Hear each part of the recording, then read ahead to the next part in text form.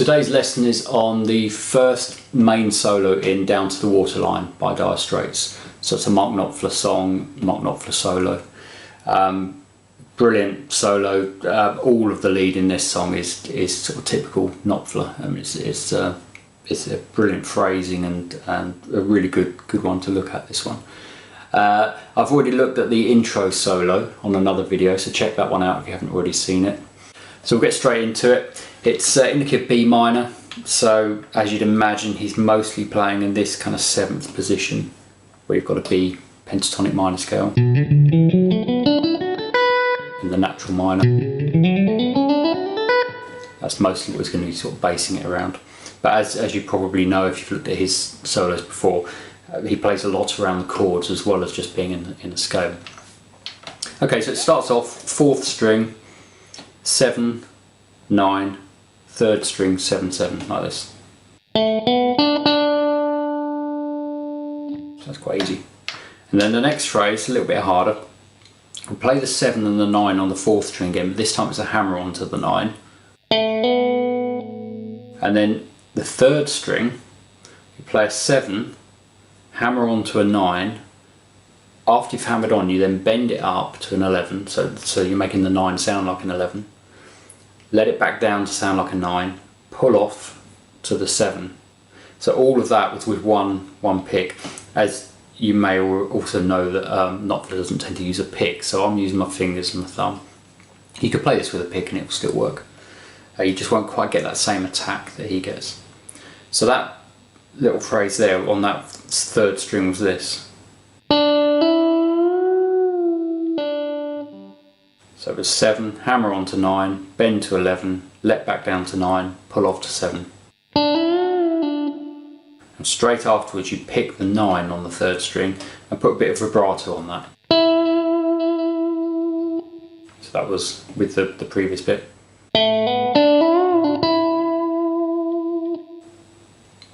And then we follow that with 3rd string still, 7, hammer onto 9, pull off to 7.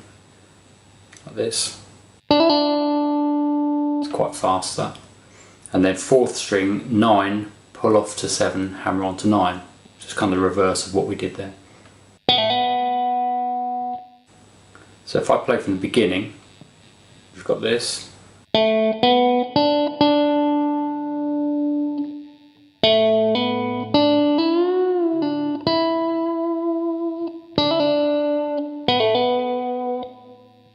And then straight after that, he plays the 7th fret on the 3rd string. It's a very staccato note, very short note. And then there's one of his typical little sort of muted dead notes, which isn't like a proper note, it's just a sound like that. So he goes. Now he's probably not really intentionally trying to do this, it's just his style of playing where he's playing very percussively like this. So some of those little sounds like that come through in the solos. It's quite hard to intentionally put them in when you're trying to replicate what he's doing. So anyway, it's that. And then you've got to change position here. I haven't seen him playing this, but just listening to the original song, I think this is probably the best way that you could get this next phrase, is to change position, put the little finger on the 7 on the 2nd string, 3rd finger on the 7 on the 3rd string, and then you play both of those together but bend the 3rd string up to sound like a 9, like this. So you're keeping the 2nd string from bending, so that has to stay at 7, the 3rd string bends from 7 to 9, and then it releases, so you let it back down to a 7 again without picking it again like this. But when it comes down, what you have to then do is, as this finger lets the string all the way down, you quickly move the little finger to an 8 and then play the 2 strings again so you get a 7 and an 8. And that's a really cool little phrase, and it really fits with the chords underneath, like this. And then there's a little muted thing, another typical Knopfler thing where he plays an up and a down. Just like that with the strings muted. It's just like a part of his percussive playing. So it's And then the next part, we've got this phrase that we just played, which ended with that shape. And then need to use the same shape at 9 and 10, so we're back in position. Same two strings, third and second. Play those two strings, quickly slide along 2 frets. So quick slide this. And then move back and play them without sliding. So that was. And this is just playing around the chords. This is a G chord to an A chord. Well, this, that's part of the G chord. And then that's part of an A chord. So that's why he's using them. This is a G chord here, A chord there. And you can see those two notes in the G, those two in the A. So that's why he's doing that. He's intentionally playing those because of the chords underneath. So together with that previous phrase, this is.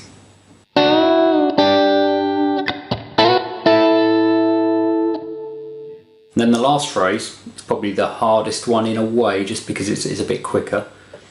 We bend 9th fret on the 3rd string, up a tone, so it'd sound like an 11, and then play 7 on the 2nd string, 7 on the 1st. So this is kind of a standard sort of bluesy phrase.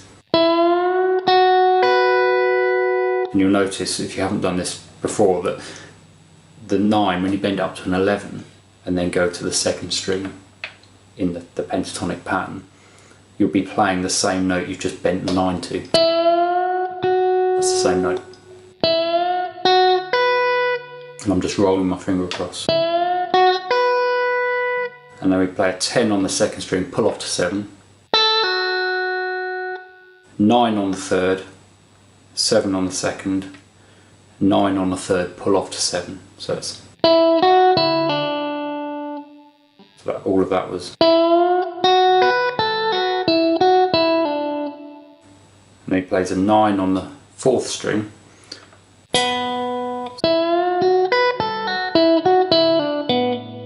And then there's an open 3rd string. Now this is probably not an intentional note, but it's definitely in there. If you listen carefully you can hear it. So if I play it slowly it will sound a bit odd, but it's.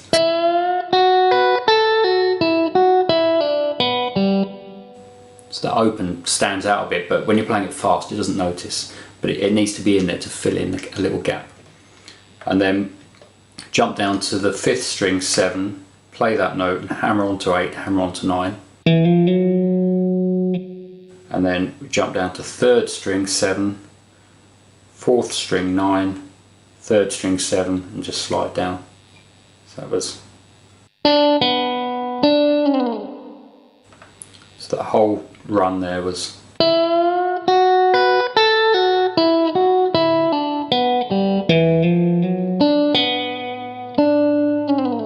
And then that's really the end of the solo, but what happens just after that is he starts singing again. You're into the next verse. And the chords for the verse are B minor, F sharp minor, A, E. And so what he does is he joins in with the chords, but with the typical Mark Knopfler small sort of triads and little chords.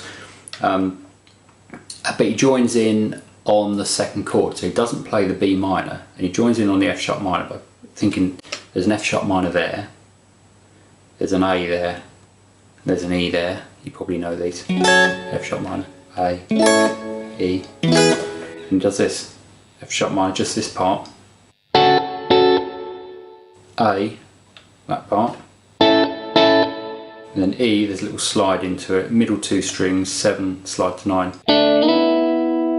It's a really cool little phrase. So it's. That's over this. Nothing on the B minor. And you'll see in my demo of the solo that sort of comes just off of the end of the solo, but there's a little pause where the B minor is. You've just got time to get to the F sharp minor. You haven't really got time to fit the B minor in, so that's why you wouldn't have done that. That's the whole solo. So I hope you can get on okay with that.